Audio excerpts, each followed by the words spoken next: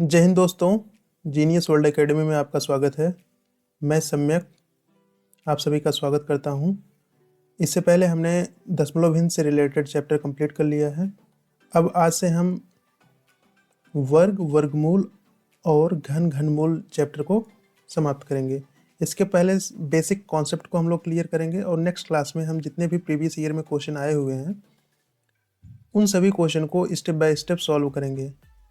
इस क्लास में हम जो कॉन्सेप्ट्स होते हैं, किस तरह से बड़े बड़े स्क्वायर रूट्स को कैसे निकाला जाता है या वर्ग कैसे निकाला जाता है, इसकी चर्चा करेंगे। पहले बेसिक जो कॉन्सेप्ट हैं, थ्योरी हैं, ट्रिक्स हैं आदि इस कक्षा में हम लोग देखेंगे इस क्लास में।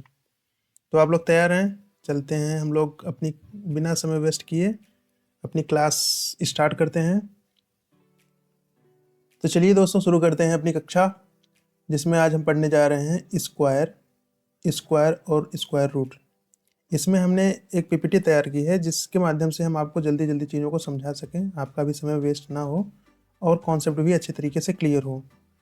तो हम क्या तैयार करने जा रहे हैं? वर्ग और वर्गमूल। इसके बारे में आज हम चर्चा करेंगे। नेक्स्ट क्लास में हम घन, घनमूल, उसके बाद अगली क्लास में उसके पूरे क्वेश्चन को हम लोग अभ्यास करेंगे। ठीक है। इस कक्षा में हम आपको 0 से स्टार्ट करेंगे और हाई स्टैंडर्ड तक ले जाएंगे। ओके। इसमें इस कक्षा में क्या होगा? कॉन्सेप्ट्स होगा, जो बेस्ट ट्रिक्स हो सकती हैं उसके बारे में हम चर्चा करेंगे और जो एग्ज़ाम में क्वेश्चंस आए हुए हैं कुछ, उसको देखेंगे। ओके। तो चलिए शुरू करते हैं। आज की इस कक्षा का हमारा मेन उद्देश्य रहेगा कि हम आपको समझाएं कि वर्ग क्या है, वर्गमूल क्या है, इसके बारे में, और आपको विजुलाइजेशन से 1 से 30 तक के जो वर्ग होते हैं उसको याद करवाने का प्रयास करेंगे। और ऐसे ऐसे मेथड्स, ऐसे ऐसे ट्रिक्स बताऊंगा जिससे आप सेकंडों में स्क्वायर ज्ञात कर सकते हैं। किसी भी संख्या का स्क्वायर अगर ज्ञात करना है आपको, वर्ग ज्ञात करना है, तो आप बहुत जल्दी से उसको ज्ञात कर सकते हैं। फिर स्क्वायर रूट्स के कुछ हम मेथड्स देखेंगे, किस तरह से स्क्वायर रूट्स के मेथड्स अच्छे से निकाले जा सकते हैं। और भाग विधि जो है, भाग विधि की हम चर्चा करेंगे। और प्रीवियस ईयर जितने पीवाईक्यूज हैं थोड़ी बहुत उनकी हम चर्चा करेंगे। बाकी नेक्स्ट क्लासेज में हम इसका बहुत अच्छे तरीके से अभ्यास करेंगे। ओके। तो बढ़ते हैं।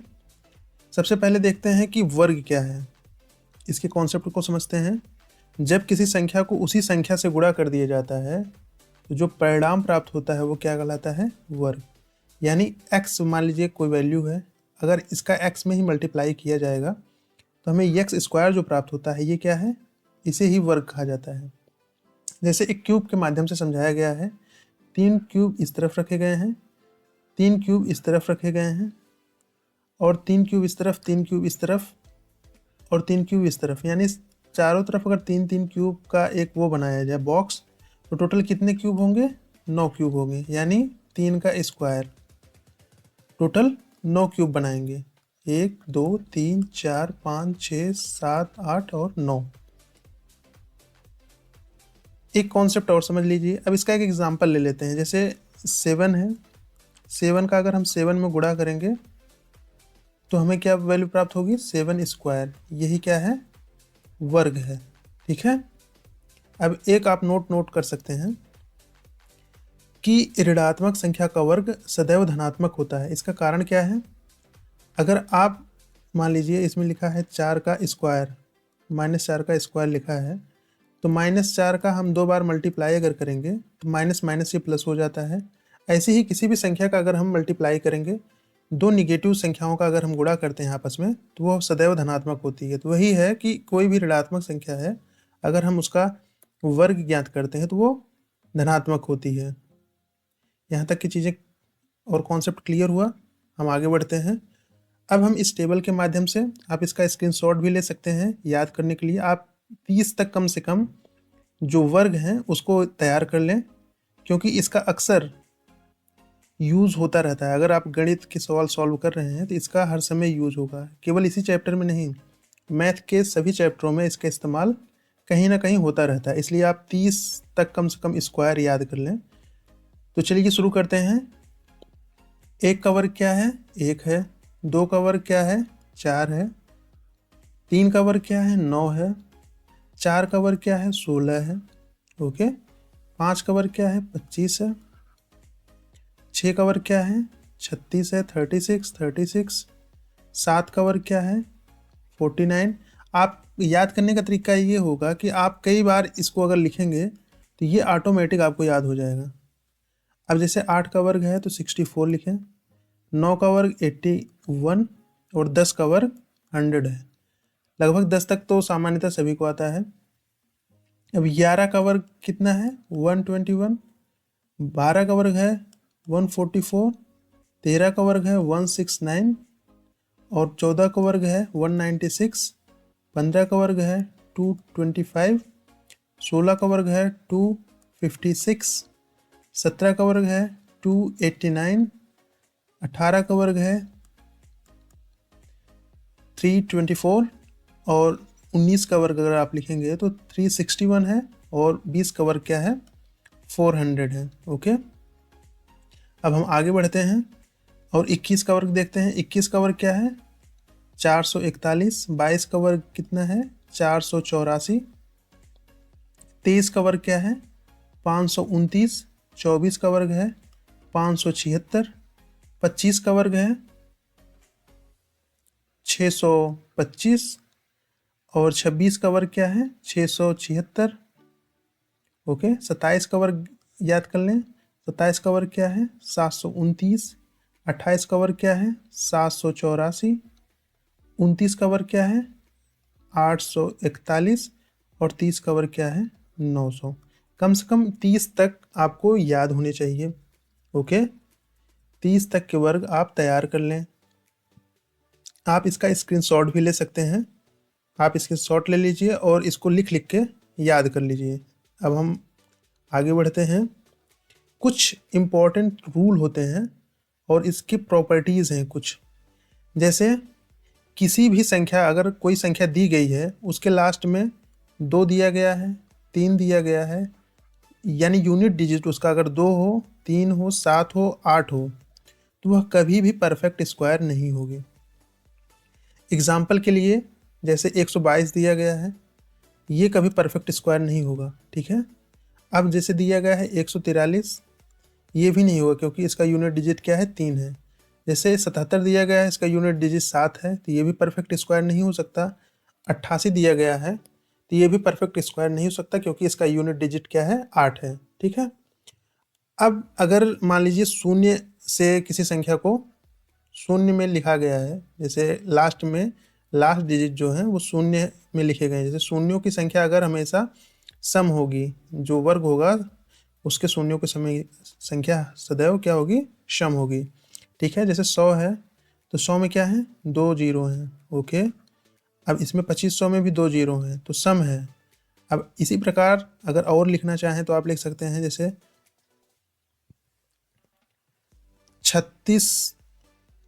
36 के बाद 4 जीरो लगा दें तो 4 जीरो लगाने से ये परफेक्ट स्क्वायर बनेगा, ना कि 3 अगर या विषम संख्या में अगर लगाएंगे तो परफेक्ट स्क्वायर नहीं होगा।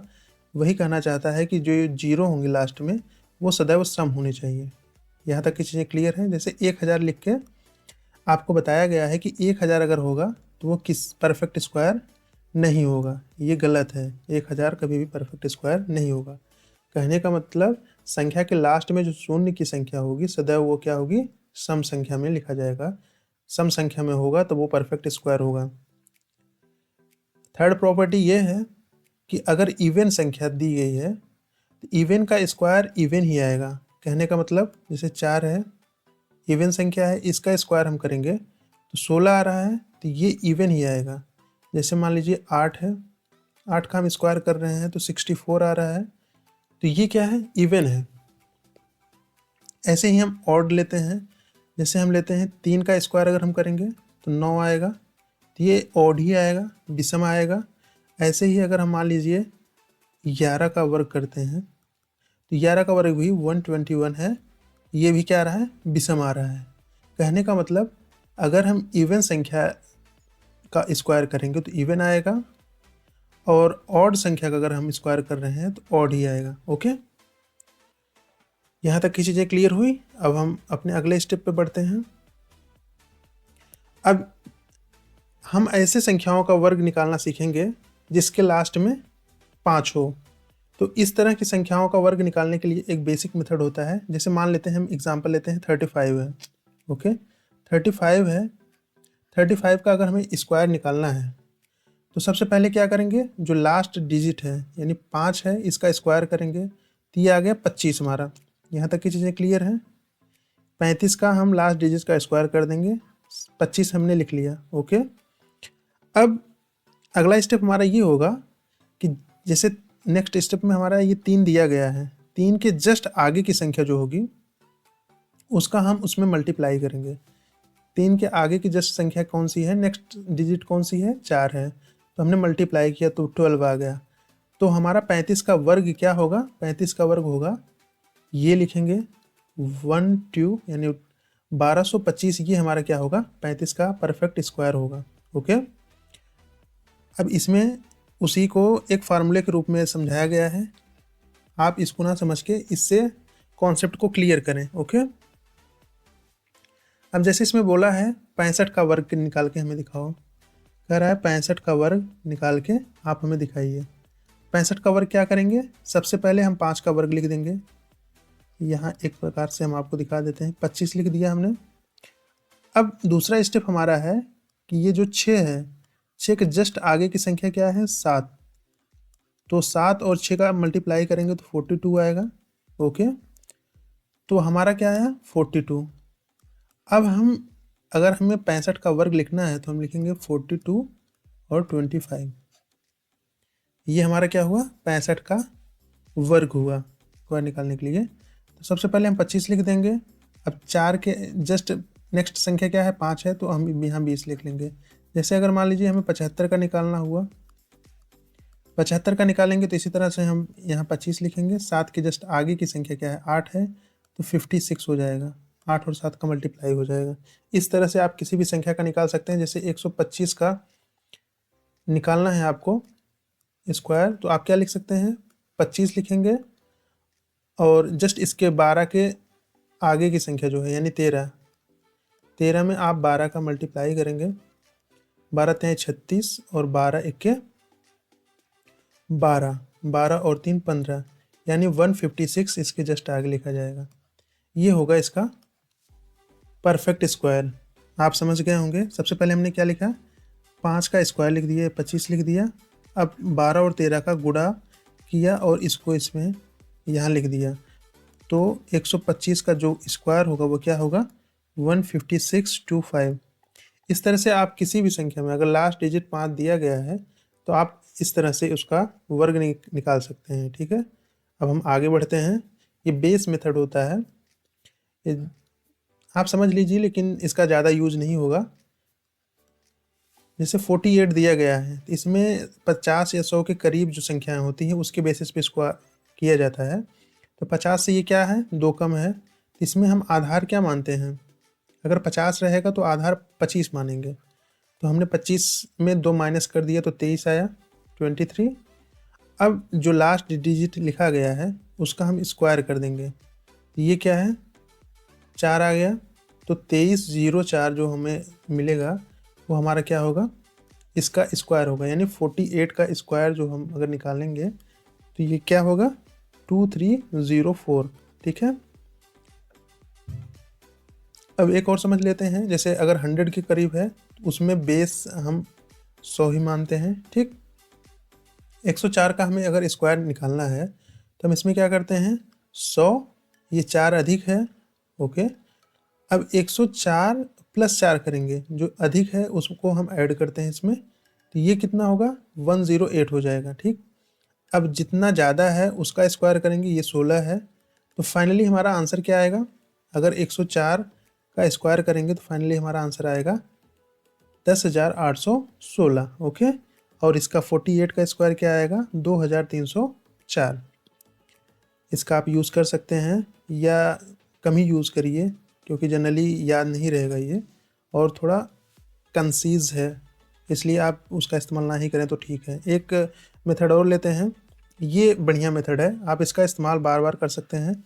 जैसे इसमें एक बार मैं समझा देता हूँ, फिर और एग्जांपल्स के माध्यम से आपको इसको अच्छी तरीके से समझाऊंगा, क्योंकि इसका बहुत अच्छे तरीके से इस्तेमाल किया जा सकता है। जैसे मान लीजिए 30 तक तो आप याद कर लिए हैं, इसके आगे की अगर वैल्यू हमें स्क्वायर करने को आ गई तो हम किस तरह से करेंगे? तो 32 का जैसे हमें स्क्वायर ज्ञात करना है, तो इसमें क्या करते हैं, ये मेथड है। सबसे पहले हम A square 2ab plus B square इस तरह से दिया गया है, हम पीछे से स्टार्ट करेंगे। बी स्क्वायर 2ab प्लस ए स्क्वायर, इस तरह से हम इसको लिखते हैं। चलिए अब 32 का अगर हमें लिखना है तो इसमें क्या कहा किया गया है, पहले 2 के स्क्वायर को लिखा गया है। अब इसको आप ए मान लीजिए, ओके, और ये क्या है, बी है। अब सबसे पहले हम बी स्क्वायर लिखेंगे। बी स्क्वायर लिखेंगे तो क्या आएगा, ये बी स्क्वायर लिखा गया है, बी स्क्वायर है, ठीक, ये वैल्यू आ गई 4, ओके। अब उसके बाद 2ab लिखा गया है, ए ये है, बी ये है, 3 दूनी 6 हुआ, और 6 का डबल किया गया है यानी 12 आ गया। तो 12 में हमने 2 लिख दिया, ओके। सबसे पहले 4 लिखा, फिर 12 का मैंने 2 लिख दिया, और कैरी अभी क्या है, 1 शेष है, ठीक। इसको हम यहाँ साइड में रखते हैं। फिर ए स्क्वायर करेंगे हम, तो 3 का स्क्वायर करेंगे तो 9 आएगा, और कैरी 1 जो शेष था इसको हम ऐड करेंगे तो कितना आएगा, 10। यानी अगर हम 32 का स्क्वायर करें, 32 का स्क्वायर करेंगे तो हमें प्राप्त क्या होगा, 1024। एक एग्जाम्पल और समझते हैं, इसको फिर से हम आपको समझाते हैं। इसका मेन मेथड ये होता है कि अगर हमें 32 का मान लीजिए स्क्वायर निकालना है, पहले फार्मूला लिख लिया, ए बी अगर इस तरह से संख्या दी गई है, इसका स्क्वायर करना है, तो हम क्या करते हैं, इसमें पहले पद का वर्ग करेंगे, 2ab करेंगे और बी स्क्वायर करेंगे, इस तरह से संख्या वो लिखी जाएगी, ठीक है। और हम शुरुआत यहाँ से करते हैं, पीछे से, पीछे की तरफ से स्टार्ट कर लिखना शुरू करेंगे। तो ये हमारा क्या हुआ, ये हमारा बी पार्ट है, और ये हमारा क्या है, ए पार्ट है, ओके। अब सबसे पहले हम 2 है, 2 का हम स्क्वायर लिखेंगे, 2 का स्क्वायर हमने 4 लिख लिया, ओके। अब जस्ट 2ab है, ए और बी ये है, 3 दूनी 6, 6 दूनी 12 हो गया, तो हमने यहाँ 12 लिख लिया। एक कैरी अभी शेष है, अब 3 का स्क्वायर करेंगे, यानी ए की वैल्यू हमारी 3 है, तो स्क्वायर करेंगे तो 9 आएगा, और एक कैरी जो होगा वो इसमें ऐड हो जाएगा, तो हमारा वैल्यू क्या आ गया, 1024। अब इसी तरह मान लीजिए हमें 43 का निकालना हुआ, 43 का स्क्वायर निकालना हुआ, तो हम किस तरह से करेंगे, 43 का स्क्वायर निकालना हुआ तो हम सबसे पहले इसमें इसका स्क्वायर करेंगे, 9 लिख लिए, राइट। अब इसका मल्टीप्लाई कर दी, 3 चौक 12, 12 दूना 24, डायरेक्ट ही कर दिया करें, 3 चौक 12 दूना 24, प्लस अभी हमारा 2 कैरी शेष है। अब 4 का स्क्वायर करेंगे, 16 आएगा, और 2 उसमें ये ऐड हो जाएगा तो 18, यानी इसका स्क्वायर क्या हुआ, 1849, ओके। अब इस तरह से और एग्जाम्पल लेते हैं, जैसे अगर हमें 74 का स्क्वायर निकालना है, 74 का स्क्वायर निकालना है तो किस तरह से निकालेंगे, सबसे पहले हम 4 का वर्ग करेंगे, 4 का वर्ग हमने क्या किया, 16 आ गया, हमारा एक कैरी शेष है। फिर अब इसका हम मल्टीप्लाई करेंगे, 7 चौक 28 दूना 56, 56 एक कैरी शेष है तो 57 हो गया। अब 7 का स्क्वायर करेंगे तो 49 आएगा, और 5 कैरी अभी बचा है, तो 49 और 5 कितना हो जाएगा, 54। अब आप इसको चेक कर सकते हैं, 54 76 से 74 का क्या हुआ, ये स्क्वायर हुआ, ओके। जब हम वर्ग करके निकालेंगे तो ये वैल्यू आएगी। अब एक एग्जांपल और ले लेते हैं, 89 अगर लिखा गया है, 89 का स्क्वायर अगर लिखा गया है, इसको किस तरह से करेंगे, अब 9 का स्क्वायर करेंगे हम सबसे पहले, तो 81 हो गया, कैरी अभी 8 है, ओके।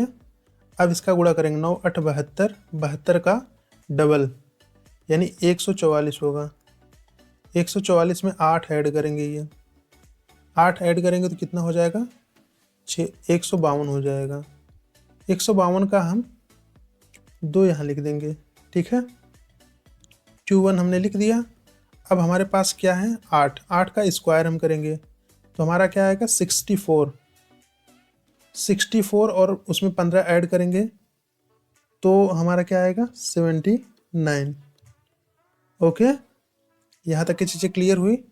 अब आप सोच रहे होंगे कि ये तो 2 डिजिट की संख्याएं हुई, 2 डिजिट की संख्याएं आप आसानी से निकाल सकते हैं। अगर हमें 3 डिजिट की संख्या का निकालना हुआ तो हम किस तरह से निकालेंगे? 102 का मान लीजिए हमें स्क्वायर निकालना है, तो इसमें हम पेयरिंग करते हैं, इसका पेयर कर लिए, इसका पेयर कर लिए। ये हमारी फर्स्ट वैल्यू हुई ए और ये सेकंड वैल्यू हुई बी। ओके, अब हम बी का स्क्वायर करेंगे तो 4 आ गया।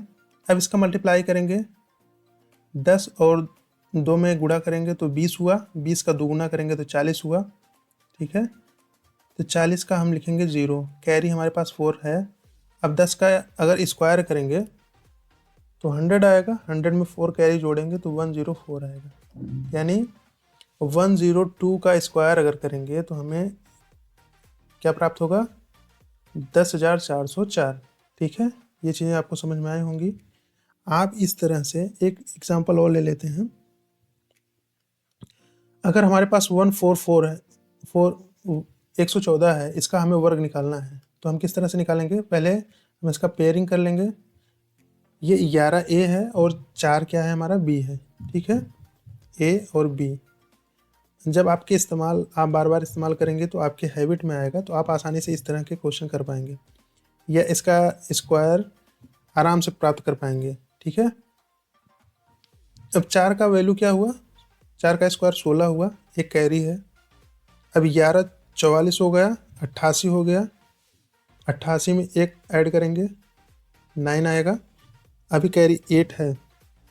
अब 11 का स्क्वायर करेंगे तो 121 प्राप्त होगा और 8 उसमें ऐड करेंगे तो 129 प्राप्त होगा।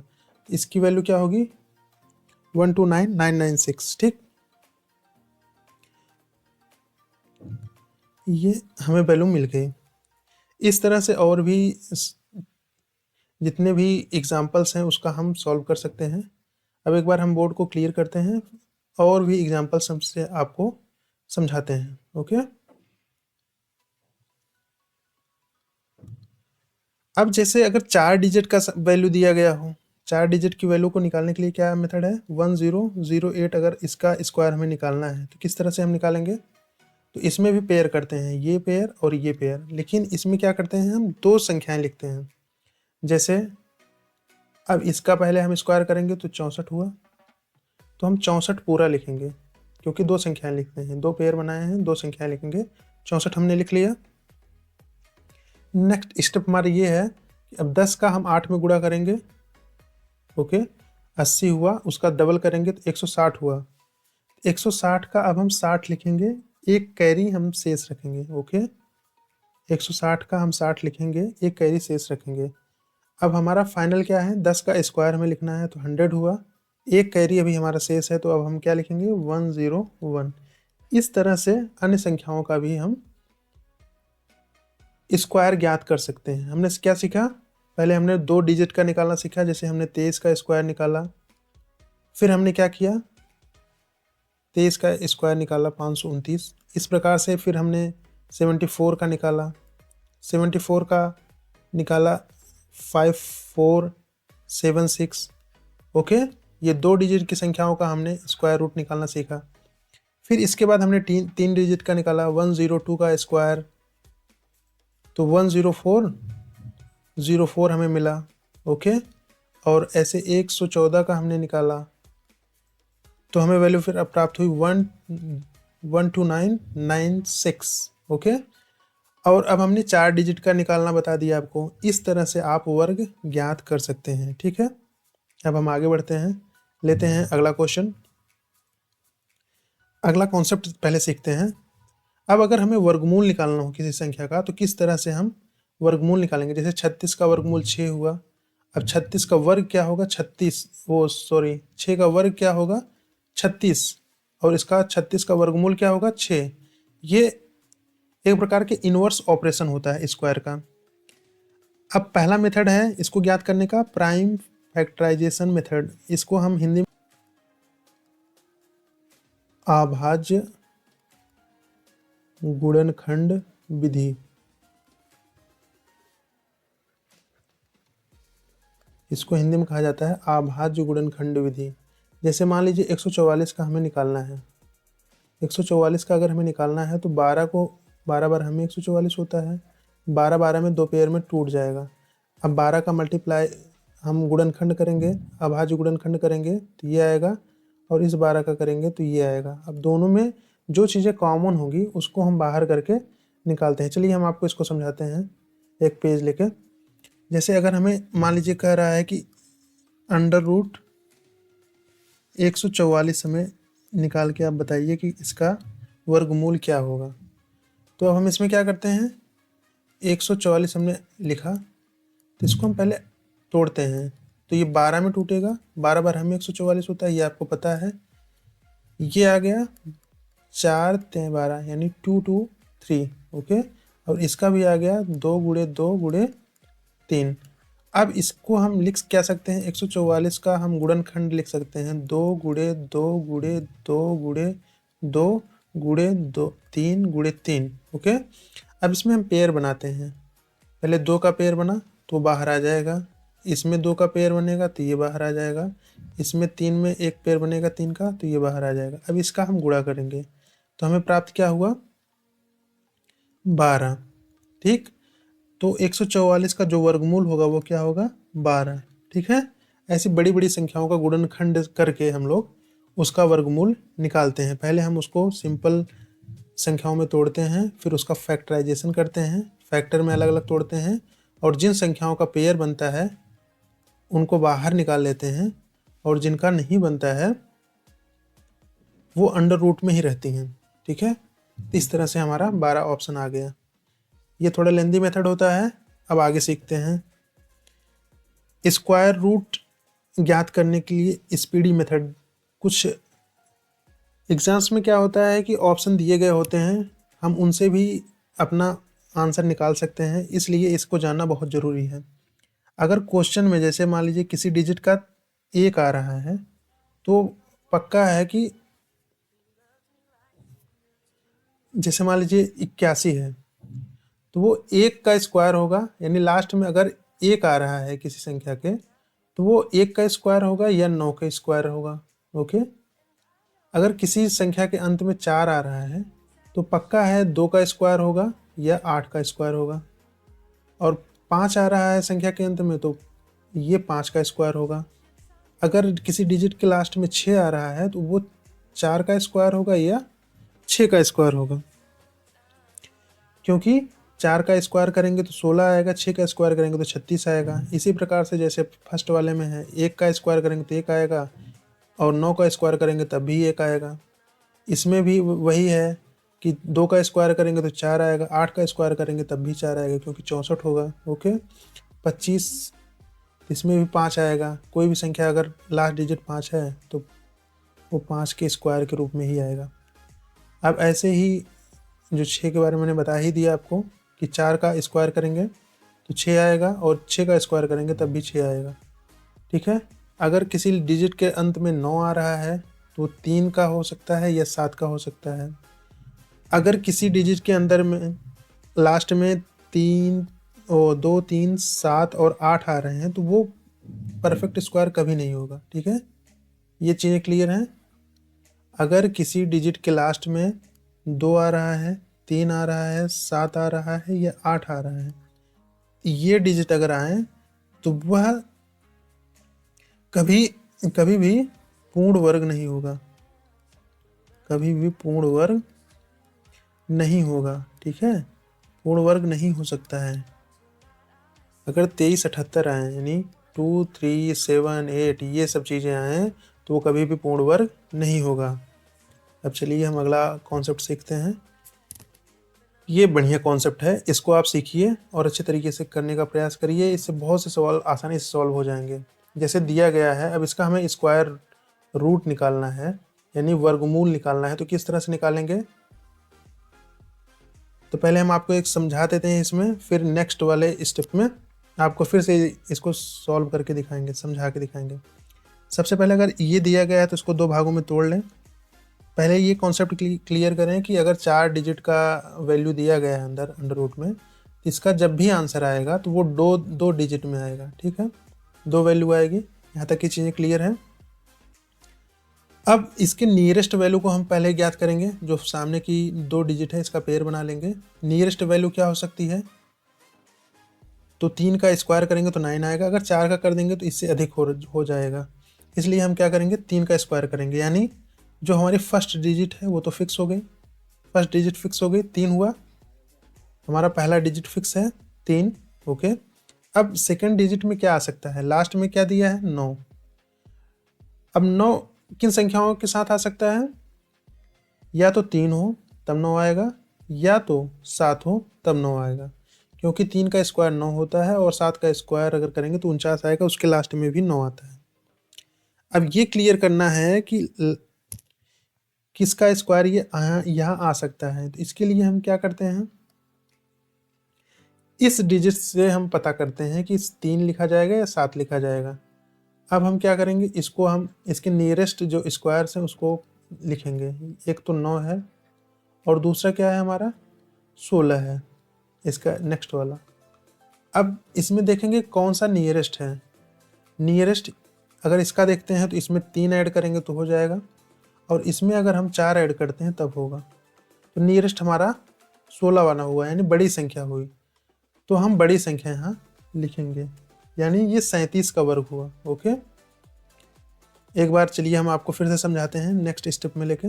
जैसे मान लीजिए कि अंडर रूट में हमें दिया गया था 1369, राइट, इसका वर्गमूल हमें ज्ञात करना है। तो सबसे पहले हम इसकी वैल्यू क्या आएगी, 2 डिजिट की वैल्यू आएगी। यहाँ तक की चीज़ें क्लियर हैं।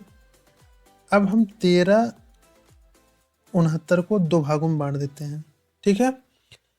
अब यहाँ सबसे पहले चेक करेंगे 13 के नियरेस्ट स्क्वायर कौन सा है, 13 के नियरेस्ट स्क्वायर कौन सा है, 9 है। ओके, तो 9 किसका वर्गमूल है, 9 का वर्गमूल क्या है 3 है, तो हम वर्गमूल निकाल रहे हैं तो पहले हम यहाँ 3 लिख देंगे, ये फिक्स हो गया, फर्स्ट डिजिट हमारी फिक्स हो गई, 3 होगी।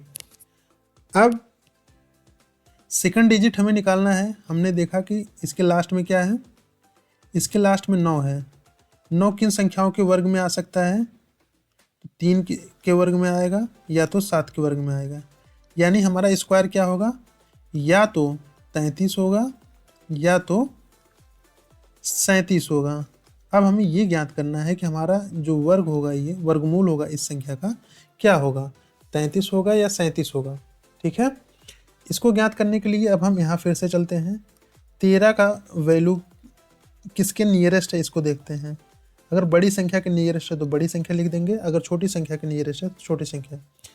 अब इसका छोटा स्क्वायर क्या है 9, इससे बड़ा स्क्वायर क्या हुआ 16।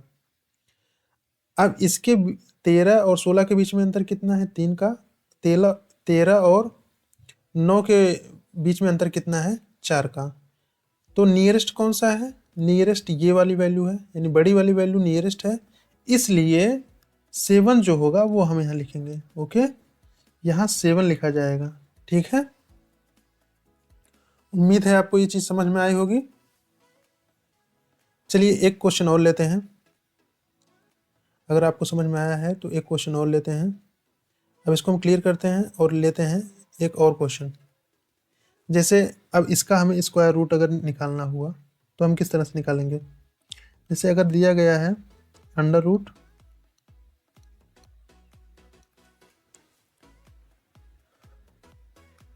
8649, अब इसका हमें निकालना है तो हम क्या करेंगे, सबसे पहले हम तोड़ेंगे इसको। अब ये 86 है, ये 49 है। ओके, राइट, तो 86 का नियरेस्ट वैल्यू क्या होगा, 86 9 के करीब है क्योंकि 81 होगा। अब इसमें भी 2 वैल्यू आ गई, 9 आ गया है, तो इसमें 2 वैल्यू आ सकती हैं, या तो 3 आएगा या 7 आएगा, राइट। नेक्स्ट वैल्यू क्या होगी, 3 आएगी या 7 आएगी, क्योंकि इसके लास्ट डिजिट में क्या है 9 है, ठीक है। अब हमने क्या किया, अब यहाँ हम देखेंगे फिर से, इसके जस्ट पहले की संख्या क्या है 81 है, और इसके जस्ट आगे का स्क्वायर क्या है 100 है, ठीक है। अब इसके जस्ट पहले का स्क्वायर क्या है, 81 है, इसके आगे का जो स्क्वायर है वो 100 है। अब नियरेस्ट किसके है, नियरेस्ट ये 81 के है, यानी छोटी संख्या के नियरेस्ट है। तो हम कौन सी संख्या लेंगे, 3 लेंगे। ओके, तो यानी ये होगा 93, यानी √8649 का जो वर्गमूल होगा वो क्या होगा, 93। उम्मीद है आपको समझ में आया होगा। चलिए एक क्वेश्चन और लेते हैं समझने के लिए। अब इसको क्लियर करते हैं और एक क्वेश्चन और लेते हैं। जैसे अगर लिखा गया हो √1444, अब इसका हमें वर्गमूल ज्ञात करना है, तो हम क्या लिखेंगे, अब हम 4 लिखेंगे तो 16 हो जाएगा, 2 पेयर बना लेते हैं। 4 लिखेंगे तो 16 हो जाएगा, तो हमें 3 लिखना पड़ेगा, यानी 9। ओके, अब लास्ट डिजिट क्या है, लास्ट डिजिट हमारे पास 4 है। ठीक है, अब 4 आने की 2 कंडीशन हो सकती हैं, या तो वो 2 आए लास्ट में, 2 का स्क्वायर होगा, या तो 8 का, यानी या 2 हो सकता है यहाँ संख्या नेक्स्ट वाली, या 8 हो सकती है, यानी ये 32, इसका वर्गमूल 32 होगा या तो 38 होगा। ठीक है, अब इन दोनों में क्या सही है इसको ज्ञात करने के लिए हम क्या करेंगे, यहां से निकालेंगे। 14 के जस्ट पहले का वर्ग जो है वो क्या है, 9 है, और इसके जस्ट बाद का वर्ग क्या है, 16 है। अब हम ये देखेंगे नियरेस्ट कौन सा है, 16 है, क्योंकि 2 का अंतर है, इसमें 5 का अंतर है, तो ये संख्या बड़ी है, तो यानी अब ये 38 यानी 8 वाली जो वैल्यू होगी वो करेक्ट होगी, यानी ये वर्गमूल किसका है, 38 का वर्गमूल है। तो हमारा आंसर क्या होगा, 38। उम्मीद है आपको समझ में आया होगा। चलिए अब हम आगे बढ़ते हैं और कॉन्सेप्ट्स को समझते हैं। एक होता है भाग विधि मेथड, इसको भी हम बहुत अच्छे तरीके से समझाएंगे। इसमें क्या होता है, सबसे पहले हम पीछे से पेयर बनाने स्टार्ट करते हैं। पेयर बनाने के बाद हम उसका भाग विधि मेथड से उसका सल्यूशन निकालते हैं। चलिए हम आपको इसको अगले पेज में समझाते हैं। जैसे दिया गया है 729 को ही लेते हैं, 729 दिया गया है, इसका हमें भाग विधि से वैल्यू निकालना है, इसका वर्गमूल निकालना है। ठीक है, हम पेयरिंग करेंगे। पेयरिंग कैसे करेंगे, 2 पेयर बनाएंगे, फिर अब 1 पेयर बना है, 1 पेयर इसका बन जाएगा। ओके, अब 7 है तो हम बार क्या ले जाएंगे, 2 का स्क्वायर होगा, तो यहाँ लिखेंगे हम 4, यहाँ 2 लिखेंगे। ठीक है, फिर हम जो यहाँ लिखे रहते हैं उसको हम ऐड करते हैं, इसमें ऐड किए, दिया गया हमारे पास 4। ठीक, अब इसको हमने घटाया तो हमारे पास बचा कितना, 3। अब जब भी ये संख्या उतरती है नीचे आती है तो ये पेयर में ही आती है, तो 29 हमने फिर आगे कैरी कर लिया। अब कितना हम बार ले जाएं जिससे ये संख्या कंप्लीटली कट जाए, तो 4 अगर 32 तो ये ज़्यादा होगा क्योंकि 32 तो आ ही रहा है, तो 7 अगर हम ले जाते हैं, 7 बार ले जाते हैं, तो 7 वहाँ यहाँ लिखेंगे, 7 यहाँ भी लिखेंगे। ठीक है, अब इसमें हम अगर मल्टीप्लाई करेंगे तो कितना आएगा हमारा, 7 सते 49, 7 चौक 28, 28 और 4 32, ये पूरी तरीके से कैंसिल होगा। अब हमारा फाइनल आंसर क्या हुआ, 27, यानी अंडर रूट अगर 729 का हमें वर्गमूल निकालना हुआ तो हमारा वर्गमूल क्या आएगा, 27। आपको समझ में आया, एक बार हम इसको फिर से समझाते हैं। मान लीजिए अगर इस तरह से दिया गया है, 729 लिखा गया है, अब इसका हमें वर्गमूल ज्ञात करना है। तो सबसे पहले हम पेयर करेंगे, 29 का पेयर कर लिए, 7 का पेयर कर लिया। ठीक, अब फर्स्ट डिजिट 7 है, हमें ऐसा वर्ग लिखना है जो 7 से अधिक ना हो। अगर हम 3 लिखेंगे तो 9 होगा, 2 लिखेंगे तो 4 होगा, इसलिए हम 2 ले गए। ठीक है, 2 ले गए बार, तो हमने यहाँ 2 का स्क्वायर किया तो हमारे पास क्या है, 4। ठीक है, वैल्यू बची 3। अब जो हम बार ले जाते हैं इसमें ऐड होता है, वो ऐड कर दिया तो कितना वैल्यू आ गया 4। ओके, अब हम इसको कैरी करेंगे तो ये पेयर में ही कैरी होता है। 2 9 नीचे आ गया। अब देखते हैं कि कितना बार जा सकता है। अगर हम 8 ले जाएंगे तो ये अधिक हो जाएगा, तो इसलिए हम 7 वैल्यू ले जाएंगे। 7 ले यहाँ बार ले गए तो यहाँ भी वही संख्या लिखते हैं हम। अब इसका मल्टीप्लाई करेंगे 7 का, तो इसमें आएगा 4 और 3 2। ये वैल्यू क्या हो गई, कैंसिल हो गई। अब हमारा फाइनल आंसर क्या आया, 729 का अगर हमें वर्गमूल निकालना है तो ये 27 का होगा। ओके, 27 का वर्गमूल होगा। ठीक, यहाँ तक चीज़ें आपको समझ में आ गई होगी। अब हम बढ़ते हैं, इसी को बोलते हैं भाग विधि मेथड, भाग विधि। ठीक है, लॉन्ग डिवाइड मेथड बोलते हैं इसको। ठीक है, आपको समझ में आया होगा। इसमें स्टेप बाय स्टेप करके समझाया गया है। जैसे सबसे पहले हमने क्या किया, इसका पेयर बना लिया, फिर हमने 2 यहाँ भाग किया, 2 जो ले जाएंगे इसको ऐड भी करेंगे, तो ये हमारा वैल्यू आ गया 7। अब हमें ये देखना है, ये 32 है और 9 है, तो कितना हम बार ले जाएं जिससे इससे अधिक ना हो। तो हमने 7 यहाँ बार ले गए तो ये कितना हुआ, 329 हुआ, पूरा कैंसिल हो गया। अब वैल्यू कितनी हमें मिली है, 27। यानी ये 27 जो बार गया है यही हमारा क्या है, यही हमारा वर्गमूल है।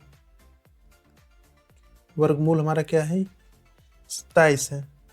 यानी √729 का अगर हम वर्गमूल ज्ञात करेंगे तो हमें 27 प्राप्त होगा। ठीक है, 27। ओके,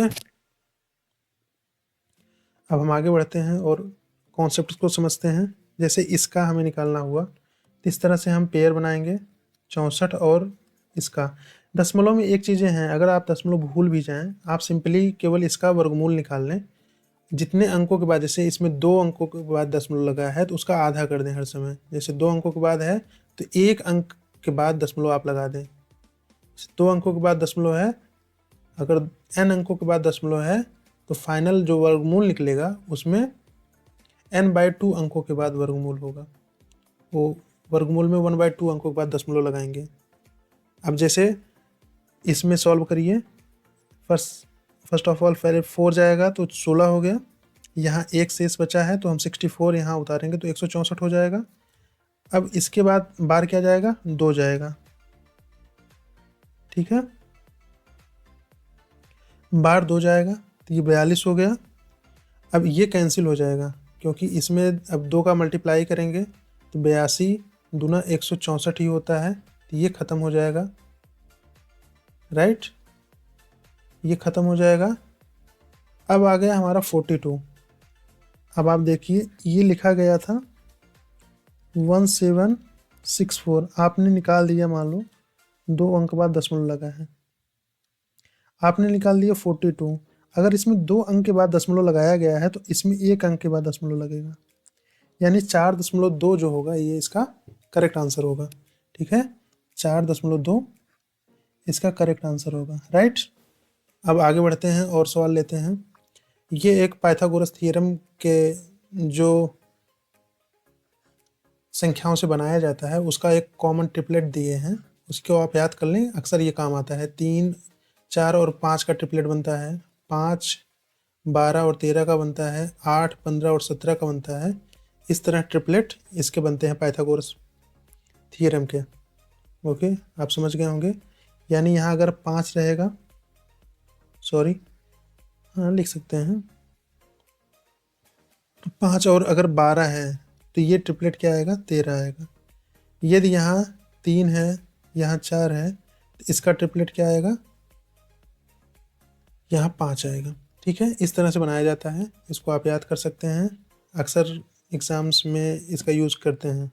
ठीक है, अब हम क्वेश्चंस लेते हैं, कुछ क्वेश्चन सॉल्व करते हैं। जैसे कहा गया है 5607 में से कौन सी संख्या को घटाया जाए ताकि यह पूर्ण वर्ग बन जाए। अब इस तरह की संख्याओं में क्या करते हैं, भाग विधि मेथड का इस्तेमाल करके जो रिमाइंडर आएगा वही आंसर होता है इसमें।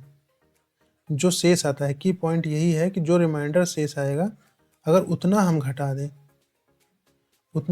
दें तो वो क्या होगी, संख्या पूर्ण वर्ग बन जाती है। अब जैसे इसी का हम सॉल्व करते हैं। 5607 दिया गया है।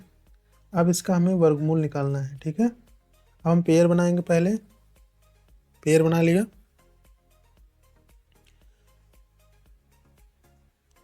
इसका पेयर बना लिया।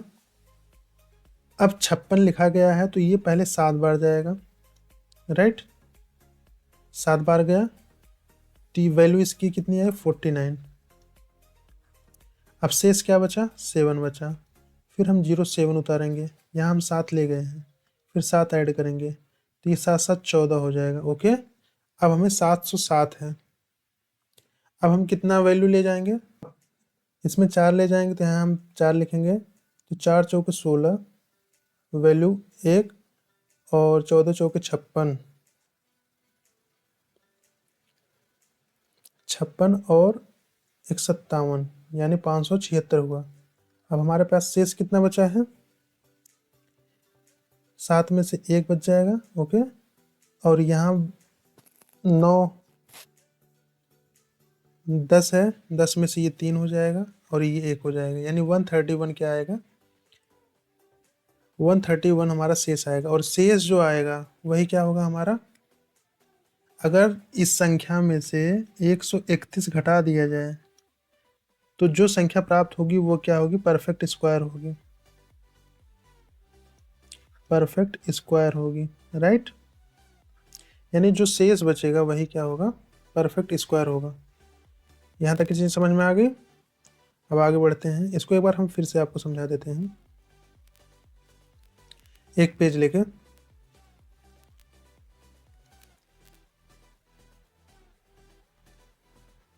चलिए, क्वेश्चन में क्या दिया गया था, क्वेश्चन में दिया गया है 5607।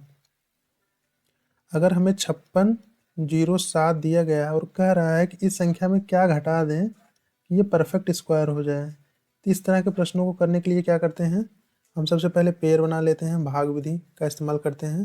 पेयर बना लिए, पेयर बनाने के बाद क्या करेंगे, अब इसमें देखते हैं सबसे नियरेस्ट स्क्वायर क्या जा सकता है। तो 7 का स्क्वायर सबसे नियरेस्ट स्क्वायर है, तो 7 हम ले गए तो ये आ गया 49। 49 जाने के बाद हमारी वैल्यू क्या बची, 7। अब हम 7 जो वो ले गए हैं तो उसको ऐड करेंगे तो ये आ गया 14, ओके। 14 आ गया। अब इसका जो कॉमन पेयर है उसको हमने यहाँ कैरी किया। अब इसको देखेंगे, 14 का मल्टीप्लाई करेंगे तो 56 आएगा। फिर अगर 5 बार ले जाते हैं तो 70 हो जाएगा। ऑब्वियस है कि इससे बड़ा हो जाएगा, इसलिए हम 4 बार ले जाएंगे, ठीक है। 4 बार ले गए तो इसमें अब मल्टीप्लाई किए, मल्टीप्लाई करेंगे तो 16 हुआ, और फिर 56 और एक 57 हुआ, यानी ये 576 आ गया। अब इसको ऐड करेंगे, घटाएंगे हम तो 1 आ गया, यहाँ 3 आ गया, यहाँ 1 आ गया, यानी 131 अगर हम घटा दें तो वो संख्या क्या होगी, पूरी तरह से वर्ग बन जाएगी। यानी 5607 में से अगर हम 131 घटा देंगे तो वो क्या होगा, परफेक्ट स्क्वायर बन जाएगा, जो भी संख्या आएगा, ठीक है। आप चेक भी कर सकते हैं, बस क्वेश्चन में यही कह रहा था। अब आगे हम बढ़ते हैं और नेक्स्ट कॉन्सेप्ट समझते हैं। अब कह रहा है कि 2352 यानी 2352 को किस संख्या से गुणा करें ताकि परफेक्ट स्क्वायर बन जाए। अब ये इसमें गुणनखंड विधि का हम इस्तेमाल करते हैं। पहले हमने इसका क्या अभाज्य गुणनखंड निकाल लिया, तो 2 गुणे 2 गुणे 2 गुणे 2 गुणे 3 गुणे 7 गुणे 7। तो जो पेयर बन रहे हैं, जैसे इसका पेयर बन रहा है, इसका पेयर बन रहा है, 7 का पेयर बन रहा है। अब जिस संख्या का पेयर नहीं बन रहा है, अगर उसी संख्या का, ये केवल 3 ऐसा है जिसका पेयर नहीं बन रहा है, अगर परफेक्ट स्क्वायर में बनाना है तो हमें 3 का क्या करना पड़ेगा, इसमें गुणा करना पड़ेगा। तो इसका आंसर क्या होता है, अगर हम इसमें 3 का गुणा कर दें तो तब ये परफेक्ट स्क्वायर बनेगा, ठीक है। परफेक्ट स्क्वायर संख्या तभी होगी बस इसका कॉन्सेप्ट इतना है। ठीक है, जो भी संख्या दिया रहे, अगर उसका परफेक्ट स्क्वायर पूछे तो पहले हम उसका गुणनखंड ज्ञात कर लेते हैं, और जिस संख्या का पेयर ना बने, जो मिसिंग हो, वही उसी संख्या से अगर हम गुणा करेंगे तो वो परफेक्ट स्क्वायर बन जाएगा। बेसिक कॉन्सेप्ट है ये। कुछ कॉमन मिस्टेक्स पे हमें सावधानी बरतनी चाहिए। जैसे 15 का वर्ग 30 नहीं होता है। 15 का वर्ग हर समय क्या होता है, 225 होता है। कभी भी 0.9 का वर्गमूल 0.3 नहीं होगा। 0.09 का वर्गमूल होता है 0.3। इसको ध्यान में रखना है। कभी भी हर समय चेक करना है कि क्या हो सकता है। जैसे इसमें 2 डिजिट है, तभी 1 डिजिट के बाद वैल्यू आएगी, लगेगा दशमलव। ये सब चीज़ें ध्यान में रखना है। अब कुछ क्वेश्चन हैं जिसे आप स्क्रीनशॉट ले लें और प्रैक्टिस करें इसकी। जैसे इसका वैल्यू निकालें, जो मैंने मेथड बताए हैं उससे इसका वैल्यू निकालें, और कमेंट बॉक्स में कमेंट करें कि क्या राइट ऑप्शन है। आप इसमें बताएं कि कौन सा परफेक्ट स्क्वायर नहीं है। जैसे अभी मैंने बताया कि 2 लास्ट में रहे, 3 रहे, 7 रहे, 8 रहे, ये संख्या अगर लास्ट डिजिट हैं तो कभी भी परफेक्ट स्क्वायर नहीं हो सकता। तो इसमें 4 है, हो सकता है 5 है, हो सकता है 9 है, हो सकता है, लेकिन ये 7, देखिए 7 इसमें है, ये कभी भी परफेक्ट स्क्वायर नहीं हो सकता। वही पूछा है कि इसमें से कौन सी संख्या है जो परफेक्ट स्क्वायर नहीं हो सकती है। तीसरे में क्या कहा गया है, अब इसका वैल्यू निकालना है, इसका वैल्यू, इसका सभी वैल्यू निकाल के आपको ऐड करके बताना है। आप कमेंट बॉक्स में इसे कमेंट करिए कि इसका फाइनल आंसर क्या होगा। अब 35 का स्क्वायर और 45 का स्क्वायर का एडिशन पूछा है, तो इसमें आप 5 वाला जो मेथड है उसका यूज़ करिए। जैसे 35 का स्क्वायर किस तरह से निकालना है वो हम अभी अब समझा चुके हैं। 45 का भी स्क्वायर आपको बता चुके हैं किस तरह से निकालेंगे। तो उनको स्क्वायर को निकाल के बस ऐड करना है। आपकी प्रैक्टिस के लिए दिया गया है, आप प्रैक्टिस करिए और कमेंट बॉक्स में अपना आंसर ज़रूर कमेंट करिए कि पहले का आंसर क्या है। जैसे पहले का आंसर ए है, बी है, सी है, जो भी है। दूसरे का आंसर क्या है, तीसरे का आंसर क्या है, चौथे का आंसर क्या होगा, आप उसे कमेंट बॉक्स में करके टाइप करके हमें बताएं। ठीक है, सारे कॉन्सेप्ट्स हमने बता दिए हैं, सारी थ्योरीज बता दी हैं। अब एक बार हम क्विक रिवीजन करते हैं कि किसी भी जो पूर्ण वर्ग संख्या होगी उसके अंतिम डिजिट में ये संख्याएं नहीं होंगी। 2 नहीं होगा, 3 नहीं होगा, 7 और 8 ये नहीं होगा। अगर ये संख्याएं हैं तो कभी भी स्क्वायर नहीं है। ठीक है, अगर कोई बड़ी संख्या है तो उसको डिवाइड करके हम उसका वर्गमूल ज्ञात कर लेते हैं। भाग विधि मेथड हमने आपको बता दिया, और अभाज्य गुणनखंड विधि हमने बता दी आपको। अब आपको 9216 का यानी 9216 का वही ट्रिक यूज़ करते हुए इसको सॉल्व करना है। जैसे अलग अलग करके इसको सॉल्व करना है। ठीक है दोस्तों, इस तरह से हमने जितने भी कॉन्सेप्ट थे, बेसिक कॉन्सेप्ट थे, उसको क्लियर कर लिए हैं। अब नेक्स्ट क्लास में हम इसके और जो घनमूल के बेसिक कॉन्सेप्ट्स हैं उसको क्लियर करेंगे,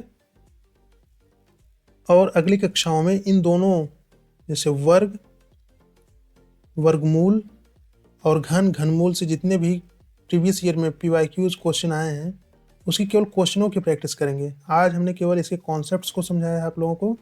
अब नेक्स्ट क्लासेज में हम क्या करेंगे,